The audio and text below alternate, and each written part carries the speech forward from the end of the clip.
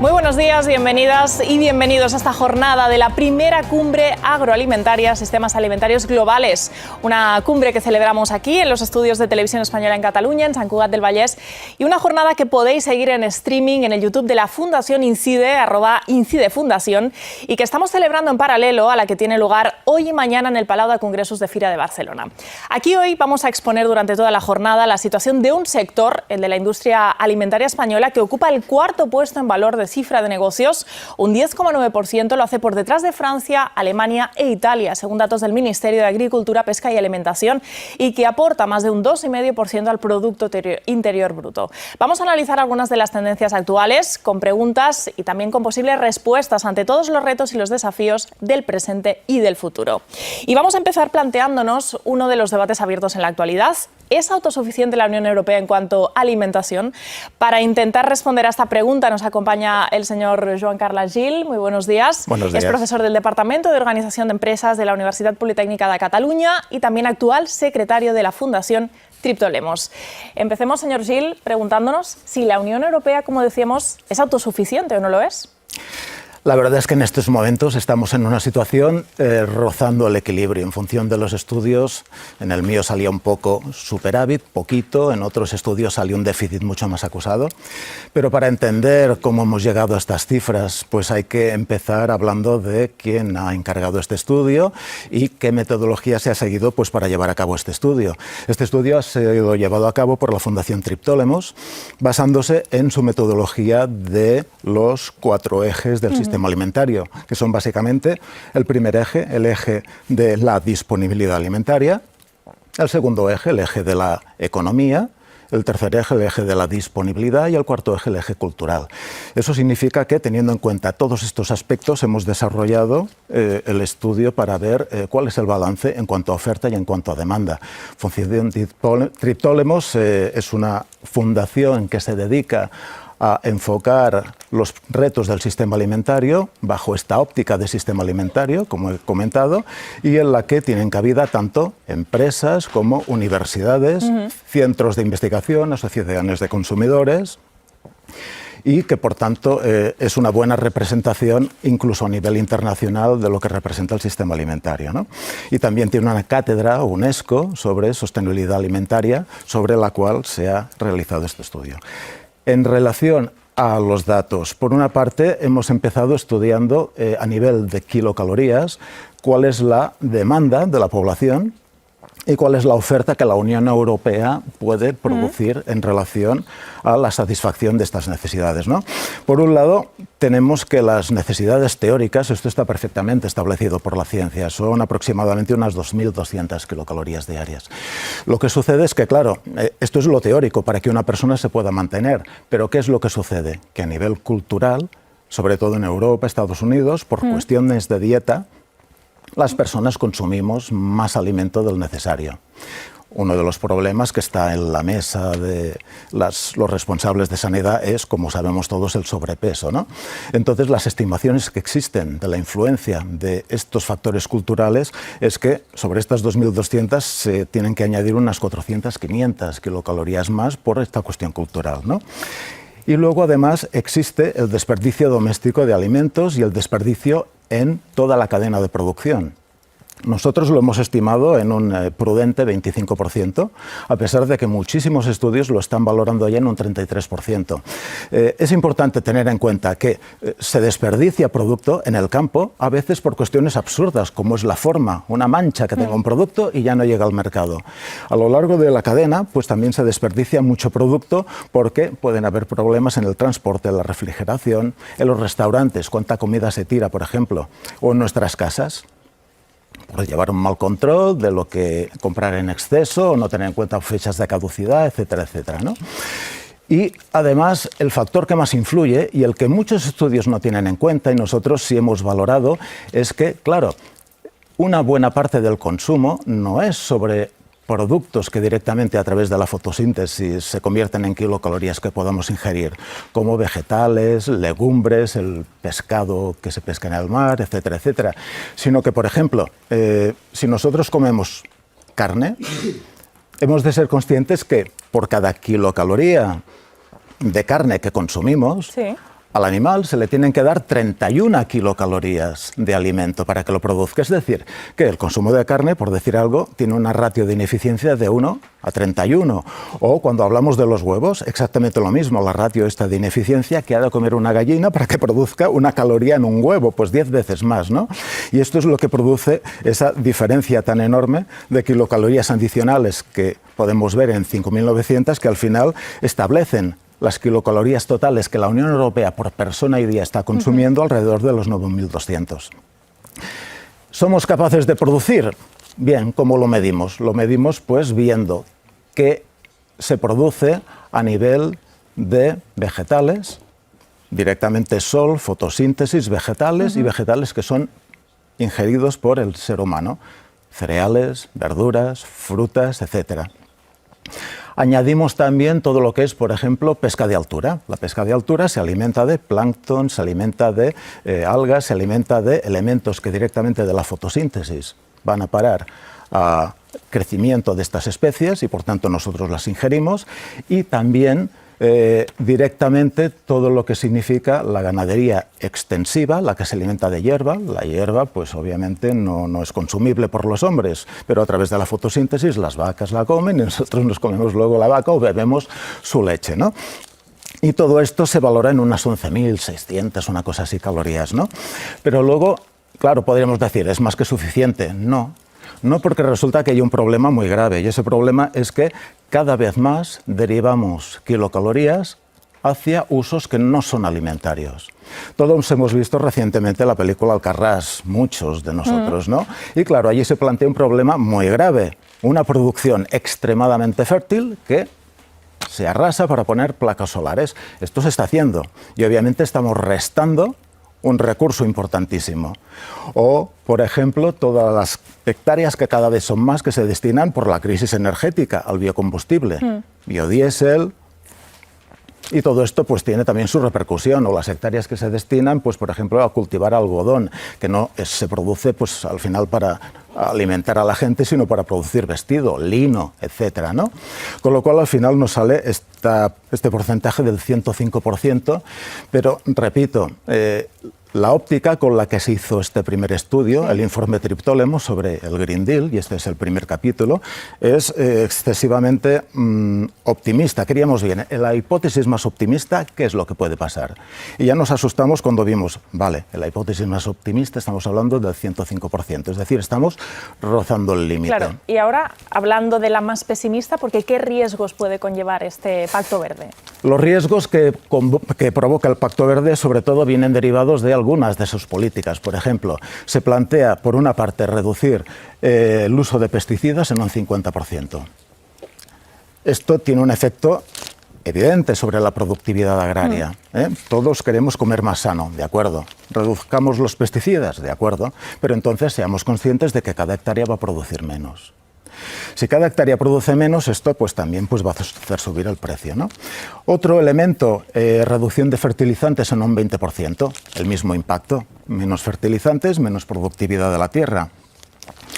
Un tema sobre el cual cada vez estamos más sensibilizados, cultivo ecológico. Tiendas pues, que venden productos ecológicos se están poniendo de moda. Los consumidores cada vez valoramos más producto de proximidad, kilómetro cero. ¿Qué pretende la Unión Europea? El criterio, en principio, parece bueno, ¿no? Pues pasar del 8% actual al 25% de tierras en cultivo ecológico para el año 2030. Pero claro, ¿qué sucede? Que si vamos a los estudios que la ciencia ha publicado, nos encontramos con que todos los autores coinciden en que pasar una hectárea a cultivo ecológico supone una reducción en la productividad de cada hectárea del 20%. Y eso es promedio, porque en los países nórdicos, por sus condiciones climáticas, la caída de la productividad de pasar ecológico es mucho más grande. Los países mediterráneos, afortunadamente por nuestro clima, es inferior, ¿no? Que implica una caída, entiendo, también de la oferta, por lo tanto, alimentaria. Exactamente, y no hablemos de la previsión de abandono de las tierras. Se prevé que un 10% de las tierras, el Green Deal, van a ser abandonadas.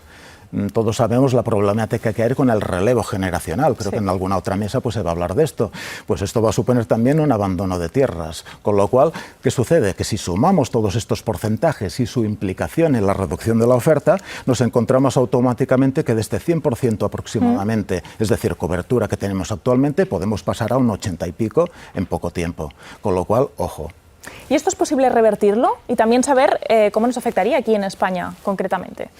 Evidentemente, si los problemas que hemos planteado son estos, la manera de revertirlo pues, sería cambiando, por ejemplo, alguno de nuestros hábitos. ¿De qué hablábamos? Hablábamos de desperdicio alimentario. Pues aquí podemos hacer y mucho. Los restaurantes, oiga, cuando usted en un restaurante no se acaba la comida, pues que no sea usted quien lo pida, sino que el mismo restaurante le diga, ¿quiere usted llevárselo a casa? Y que te ofrezcan pues el típico tupper con la comida para que te la lleves. A nivel de hábitos del consumidor, ¿por qué rechazamos una fruta? ¿Porque tiene una mancha o porque no tiene la forma adecuada? Es exactamente igual de... ¿no? Claro, pues estamos yendo en contra de todo esto. Si cambiamos nuestros hábitos, evidentemente revertiremos el tema.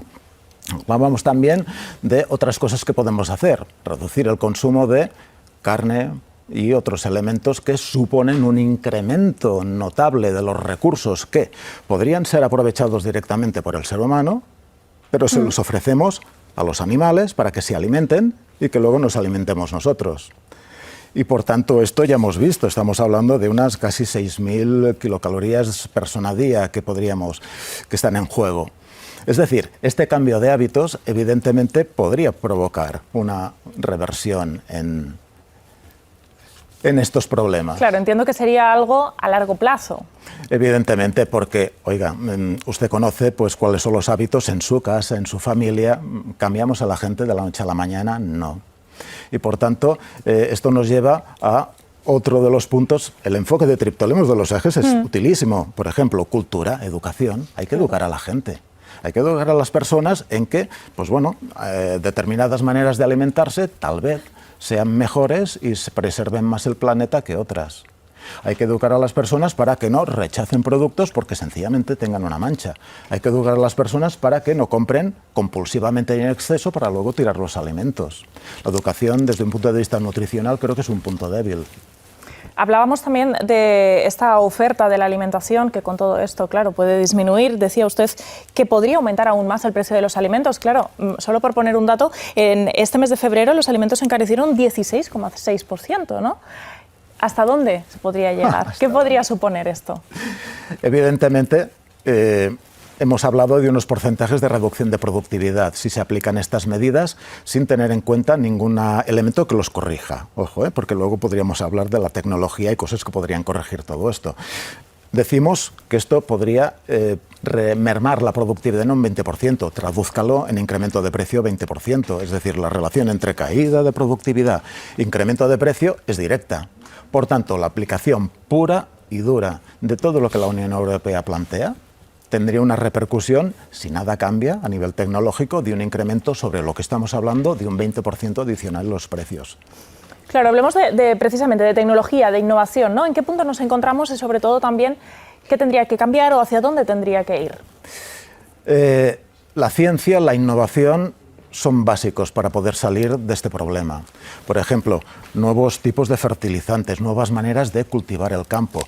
O, por ejemplo, hay algo de lo que se habla hoy en día. Los agricultores hablan mucho de lo que es agricultura de precisión. La agricultura de precisión, ¿en qué consiste? En la utilización de drones, imágenes desde satélites, para controlar las áreas de cultivo agrícola. Por ejemplo, creo recordar que había leído que en las zonas de cultivo de vid del Penedès se estaban utilizando drones para así conocer con precisión absoluta cuál era la situación del terreno y, por tanto, qué cantidad exacta de nutrientes necesitaba cada hectárea en cada momento. Esto, o de agua. Esto ayudaría muchísimo. El control eficiente del agua también es una asignatura que tenemos pendiente. ¿En cuántos territorios hoy en día, por desgracia, con la escasez de agua que existe, todavía se está regando lo que llamamos a manta, es decir, manguera y tira? No puede ser. El riego tiene... en un contexto de sequía. Exactamente, el riego tiene que estar controlado desde un punto de vista informático, con aparatos que permitan regar exactamente en el momento adecuado y en la cantidad adecuada. La reutilización de las aguas. Estaba escuchando Radio Televisión Española mientras venía a los estudios y hablaban precisamente de esto, de que en otros territorios del mundo se recicla el 90% del agua. Aquí no se hace. Y por tanto, todo esto, obviamente, a nivel tecnológico, yo diría, ayudaría un montón. El hecho de que ciertas tecnologías que en Estados Unidos, en América se utilizan para mejorar los alimentos, aquí estén prohibidas. Pues esto también afecta negativamente a los agricultores, a su productividad y a su capacidad de exportar alimento. Nosotros compramos alimentos de Estados Unidos que pues, han sido creados mediante unas ciertas técnicas. Nosotros, en cambio, aquí en Europa no los podemos utilizar. Sin embargo, los compramos. Ojo, ¿a quién estamos perjudicando? A nuestros agricultores. No ¿Sí, que a la larga esto, por ejemplo, podría cambiar? Evidentemente, yo creo que cada vez estamos más sensibilizados con este tema. Y entramos en lo que sería el otro eje de Triptólemos, que es la política, las leyes, las normas. Es decir, los políticos yo creo que hoy en día se están dando cuenta de que vamos hacia una situación arriesgada. Y por tanto, ciertas cosas que a veces desde un punto de vista político se pueden pronunciar con más alegría, pues ahora se tienen que matizar y estudiar. Y evidentemente, apoyar a la ciencia. Esto es básico, apoyar a la ciencia, apoyar a la ciencia, apoyar a la ciencia. Y sobre todo recuperar, desde mi punto de vista, ¿no?, la confianza que la gente tiene en la ciencia. Que todos los estudios indican que ha caído.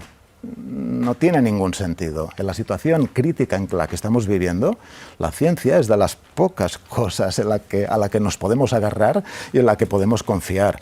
Y yo creo que la obligación de cualquier gobierno debería ser apoyar la ciencia con todas sus consecuencias, pues para poder salir de este punto débil, de estos riesgos que usted me planteaba. Hemos hablado de numerosos retos, hablamos de la educación, ahora hablábamos de la ciencia, de este cambio de paradigma en cuanto a la sequía, a los riegos, por ejemplo, pero no hay que ser tampoco tan pesimistas, ¿no? Entiendo que hay muchas cosas que ya estamos haciendo, que la tecnología y la ciencia avanza también en este país. ¿Cuánto cree que podría alargarse este periodo para hacer todos estos cambios, ¿no? ¿Qué podría suponer? Desde un punto de vista de disponibilidad de las tecnologías que nos podrían ayudar a salir de este impasse, las tecnologías ya las tenemos. Algunas, como saben todos ustedes, público periodistas, están paradas por motivos políticos. Otras, que están en laboratorios y que obviamente se tienen que perfeccionar, requieren de financiación pública. Y ahí los políticos también deberían apostar de una manera muy clara, y sobre todo en nuestro país, en la investigación y desarrollo. Porque al final... el I+D, tan importante en todos los sectores. Exactamente, porque al final lo que nos va a salvar va a ser esto. Evidentemente, el problema ¿cuál es? Que la investigación no tiene frutos de hoy a mañana. Tiene frutos a largo plazo. La educación de nuestros niños no tiene frutos de hoy a mañana, tiene frutos a largo plazo. Pero invertir en educación siempre se ha demostrado que es la mejor manera que tienen las sociedades de salir y de abordar sus problemas. Joan Carles Gil, me quedo sobre todo con este último apunte que ha hecho, esa necesidad de apostar por la innovación, por la educación, por el I+D. Profesor del Departament d'Organització d'Empreses de la Universitat Politécnica de Cataluña, actual secretario de la Fundación Triptólemos. Muchas gracias por acompañarnos hoy aquí, por exponer los riesgos y también las oportunidades de esta estrategia europea ante esta duda que comentábamos antes de si se permite mantener la productividad con los sistemas agrarios que tenemos actualmente, a la par que también se garantizan las necesidades calóricas de la población en la Unión Europea, una población que, como decíamos, sin duda no deja de crecer. Muchas gracias por acompañarnos en esta mañana, en esta apertura de esta jornada aquí en los estudios de Televisión Española en Cataluña. Gracias, y gracias a la organización por haberme enviado. Muchas gracias. Nosotros hacemos...